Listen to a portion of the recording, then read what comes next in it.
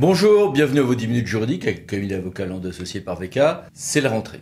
Qui dit rentrée dit comme tous les ans pour nous un numéro spécial où on remplace le temps consacré aux dossiers, aux interviews par un rappel de l'actualité de cet été. Donc 10 minutes pour couvrir tout ce qui s'est passé cet été. Évidemment, ça va aller très vite, n'hésitez pas à mettre sur pause, on attaque. 1. Un décret important du 12 août a modifié le régime propre aux agents contractuels dans la fonction publique territoriale. Dans la FPE, en revanche, on a une circulaire intéressante sur le recrutement des apprentis. Et puis, on a eu 2 décisions sur le télétravail du Conseil d'État. Une qui nous confirme qu'on peut exiger que le lieu du télétravail permette un retour sur site dans un délai compatible avec un rappel de l'administration. Évidemment, ça va dépendre des fonctions. Et un autre qui nous confirme que l'agent en télétravail continue de bénéficier de ces tickets restaurants. Et puis le Conseil constitutionnel, de son côté, a validé la fin des régimes, faits par la loi, des régimes dérogatoires aux 1607 heures. Un décret important également a été adopté en matière de formation. Et puis le Conseil d'État a validé la réforme de la haute fonction publique de l'État. En tout cas, le combat principal a un tout petit détail près. Et puis les mini-brefs que voici. Et que voilà. En matière de contrat, de gestion de services publics, de régie, un nouveau pas a été franchi pour la facturation électronique. Pas la facturation des fournisseurs, c'est déjà réglé, Chorus Pro, etc., mais sur la facturation des usagers. Article 26 de la loi de finances rectificative qui va concerner l'ensemble de la société, pas uniquement le monde public, bien sûr. Un décret est intervenu, post-loi 3DS, pour régler la question des aides loisseurs au cinéma en première année d'exploitation. Et on a une réforme assez ample, moins que espérée par certains, mais ample de tout ce qui est droit funéraire avec un décret du 5 août 2022, voir notre vidéo là-dessus. La Cour de justice de l'Union européenne a admis dans certains cas, mais c'est toujours mieux qu'aucun cas, plus de cas que ce qu'on supposait en tout cas, des possibles dépassements de maxima d'accord cadre.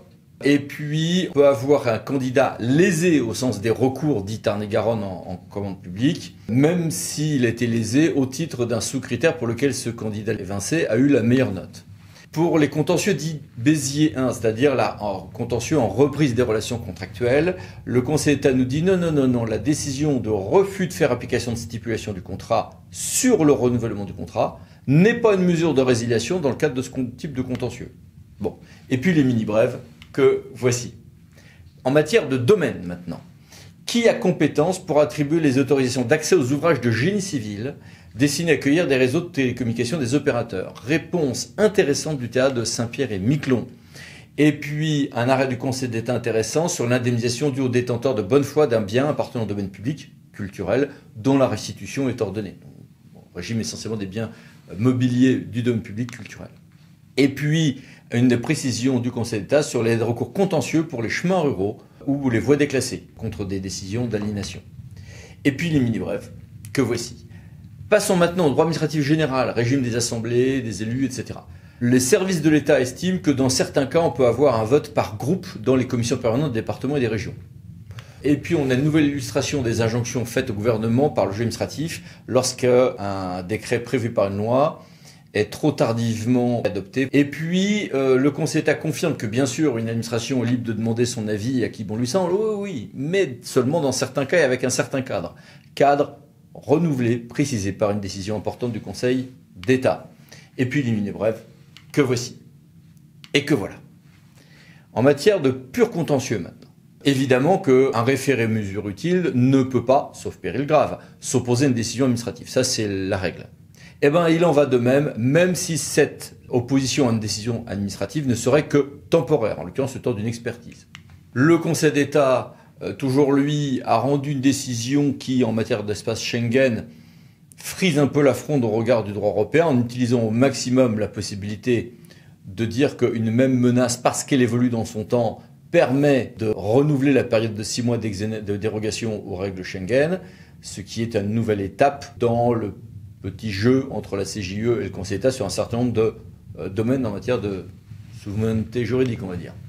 Et puis, est-ce qu'une affaire est en l'état d'être jugée, alors même qu'il n'y a pas eu de mémoire en défense, au sens de l'article R 611.1 du CJA?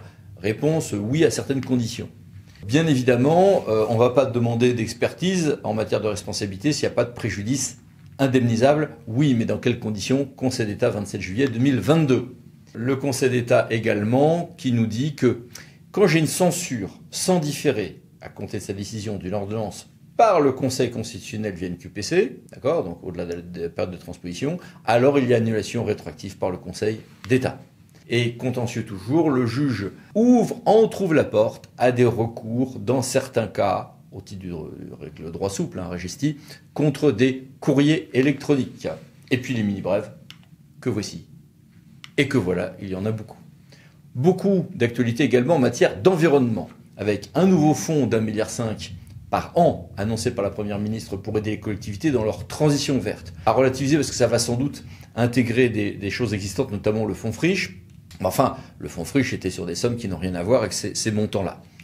L'AMF a salué cette décision, mais en demandant également un financement au titre de l'inflation.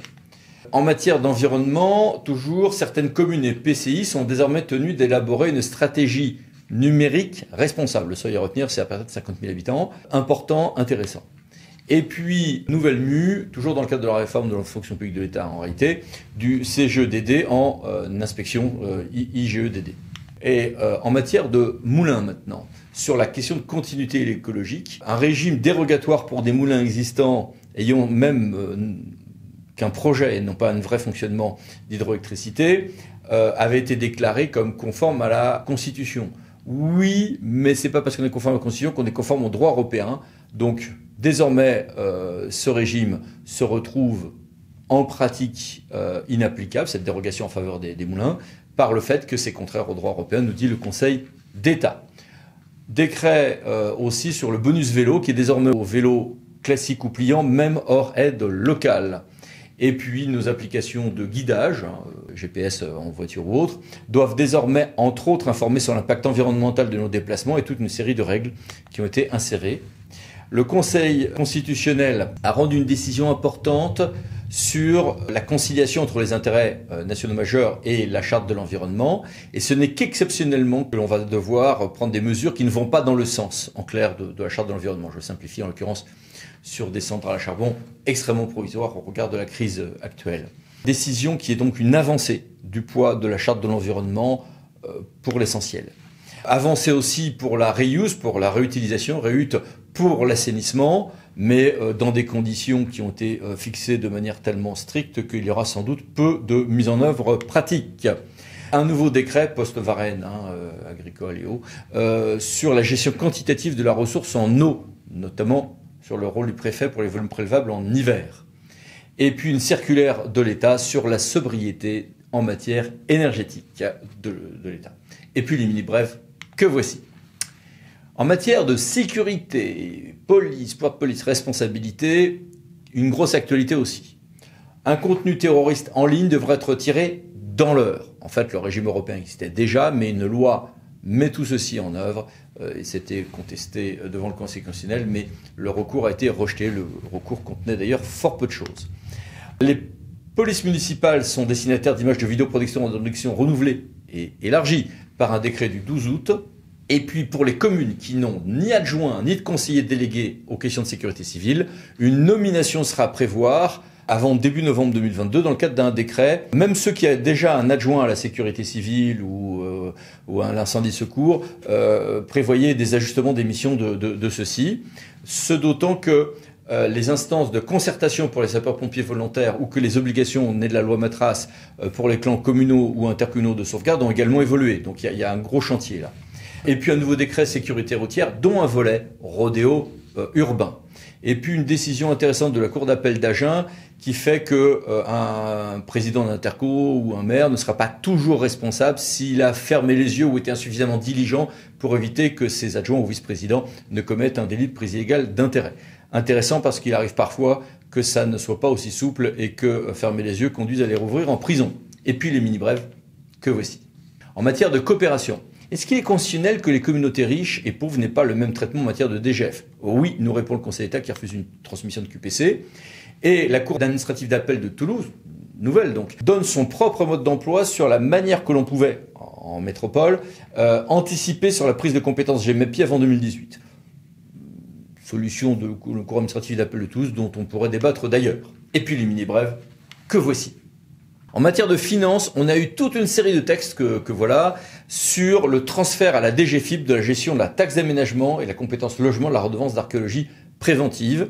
Alors c'est neutre, mais il y a un petit effet trésorerie quand même pour les collectivités. Et puis un décret balai sur les dotations de l'État. En fait, il y a beaucoup de choses dans ce décret. Voici ses références. Et puis les mini-brèves que voici toujours en matière de finances. Une assez grosse actualité en fait.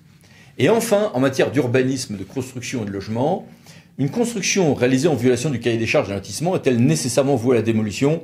Réponse nuancée, Cour de cassation. Une nouvelle ordonnance sur les obligations pour les constructeurs, donc en droit de la construction.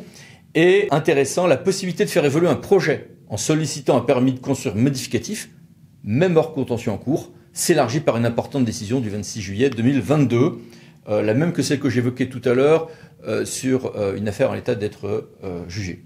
Et puis, que se passe-t-il si un juge d'appel censure un jugement alors que ce jugement avait prévu une régularisation possible en urbanisme? Réponse de la Cour administrative d'appel de Marseille. Arrêt important censurant la CA de Versailles du Conseil d'État sur les édifices cultuels. La CA de Versailles, en application de la loi séparatisme, avait dit « Oh, dès que je change en gros un lieu de culte, il faut l'avis simple du préfet ». Non, non, non, ce n'est qu'en cas d'évolution notable des surfaces affectées au culte que la consultation du préfet s'impose. Pour résumer, pour schématiser cette décision qui est plus subtile que ça. Et puis les mini-brèves, que voici. Voilà.